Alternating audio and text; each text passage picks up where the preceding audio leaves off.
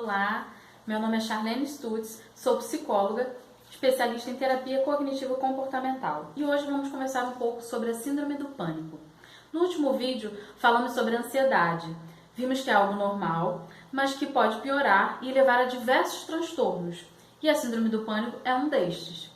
Tentando simplificar, as diferenças entre um e outro estão na intensidade e duração dos sintomas e na imprevisibilidade da ocorrência da crise. Na ansiedade, geralmente a gente consegue identificar a causa do estresse. Já no pânico, a causa é de difícil identificação, além de não haver previsibilidade de motivo, hora e nem local para acontecer, e também ter uma maior ocorrência de crises. Já sobre os sintomas, alguns da ansiedade são irritabilidade, a insônia, a pessoa demora a dormir porque ela fica pensando em um monte de coisa, ou então ela acorda no meio da noite porque ela sempre não dorme mais, porque ela fica com aquela sensação de sempre tenho algo para fazer. E essa sensação dura mais tempo. Já na crise de pânico, aparentemente sem motivo, ela é mais rápida, ela dura entre uns 15 a 20 minutos mais ou menos. Mas a pessoa fica se sentindo estranha por um tempo maior. E ela também tem sintomas físicos. A pessoa sente que o coração acelera, suor, falta de ar, formigamento no braço, dor no peito, enjoo, boca seca, tontura, ela sente que vai desmaiar. Ela tem tremores, às vezes tem diarreia, uma sensação de estar fora de si mesmo, pensamentos catastróficos, ela pensa sempre no pior, o medo de perder o controle e até mesmo de enlouquecer. E é uma crise aguda, de forma inesperada, que vem acompanhada de um medo e um desespero muito grande. Os sintomas físicos da crise de ansiedade e da crise de pânico são bem parecidos, mas a principal diferença é a crença de morte. Os sintomas são tão intensos que a pessoa tem a sensação de que ela vai morrer naquele exato momento. Então, entre as crises, a pessoa começa a pensar o tempo todo no que aconteceu e fica com medo de viver isso novamente. Inclusive, ela começa a evitar certas situações, ela começa a mudar os hábitos dela, ela começa a fugir das situações e isso gera um sentimento de impotência nela, de fracasso, e isso só aumenta o medo. A síndrome do pânico, basicamente, é o medo do medo. A pessoa sente o medo de ter novas crises e de sentir esse medo de morrer. Então, por exemplo, se a primeira crise da pessoa ela teve dentro de um ônibus, por exemplo, ela vai começar a evitar pegar ônibus. Ou se for dirigindo, ela vai evitar dirigir. Isso se torna um gatilho. Ela evita determinadas situações porque ela vai achar que vai acontecer de novo. Então, por isso que muitas pessoas têm dificuldade de sair de casa, porque ela tem medo de se expor, ela começa a pensar, e se eu tiver uma crise no meio da rua e não tiver ninguém para me socorrer? E aí eu vou passar vergonha? Então, ela começa a pensar essas coisas, né? Por isso que ela tem essa dificuldade de sair de casa. Mas a única forma de vencer o medo é enfrentando, né? E tudo que eu alimento, cresce. Então, se eu fujo da situação, eu alimento os meus pensamentos disfuncionais e eles crescem. Eu alimento a minha crença, né? Esse medo. Então, a síndrome do pânico pode ter várias causas. Pessoas que passaram por grandes mudanças, a perda de um ente querido, a perda de um emprego, uma separação difícil, ou ela passou por alguma tragédia, e ela fica mais suscetível a ter essas crises, né? Um trauma muito forte, ela leva um período para se recuperar. Mas também pode ter alguns fatores genéticos. Todo sintoma, ele tem uma causa mais profunda. Então, você aprende a gerenciar os seus sintomas, mas precisa identificar também a causa.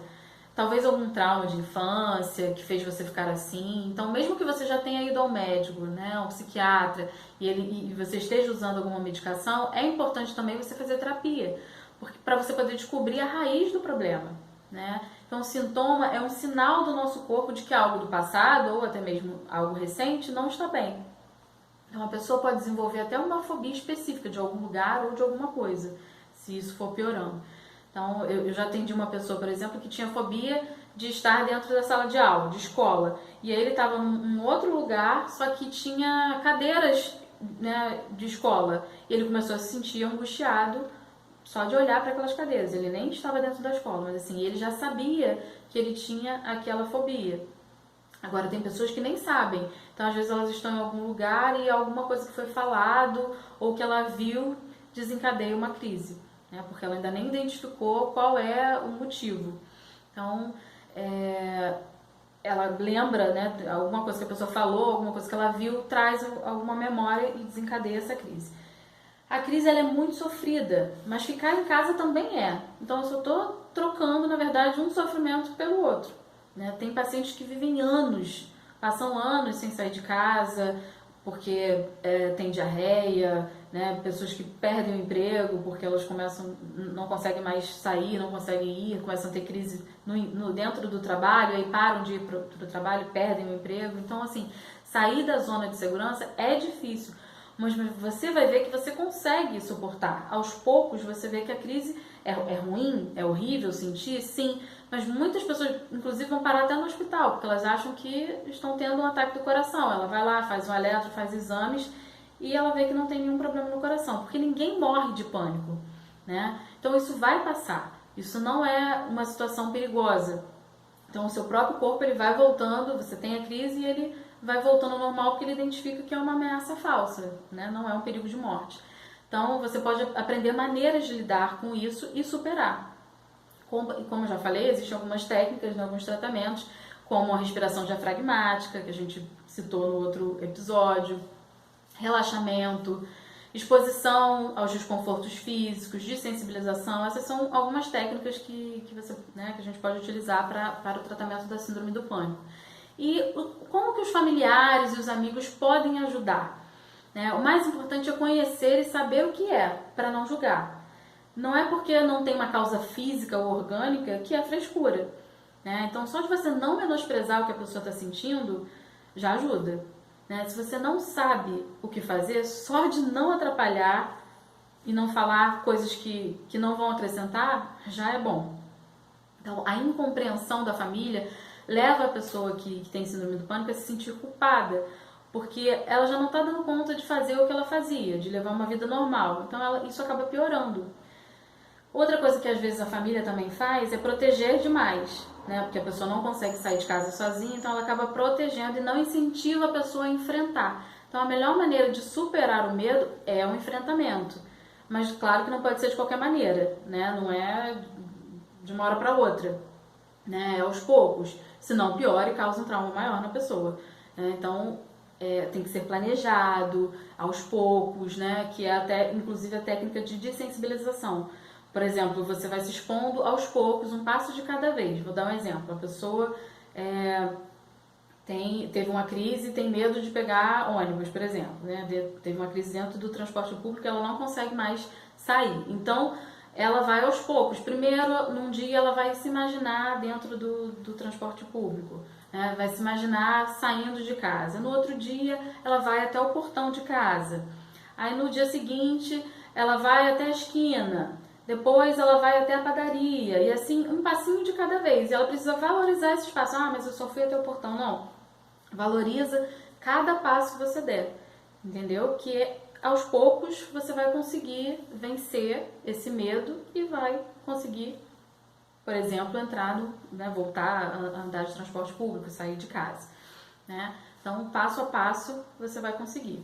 A família tem que ter empatia e compreensão com essa pessoa, para ela não se sentir pior e ter mais pensamentos negativos e acabar tendo mais medos. Então, o mais importante é aprender a lidar e a ter o controle desses sintomas, porque a pessoa pode ter as crises por um período da vida que ocorreu algo traumático e depois não ter mais.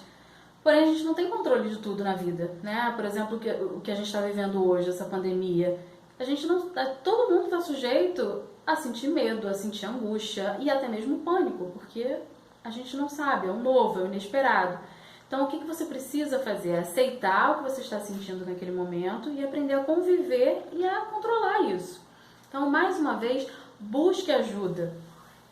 Não encare isso sozinho. Procure redes de apoio, pessoas que estejam enfrentando as mesmas dificuldades que você.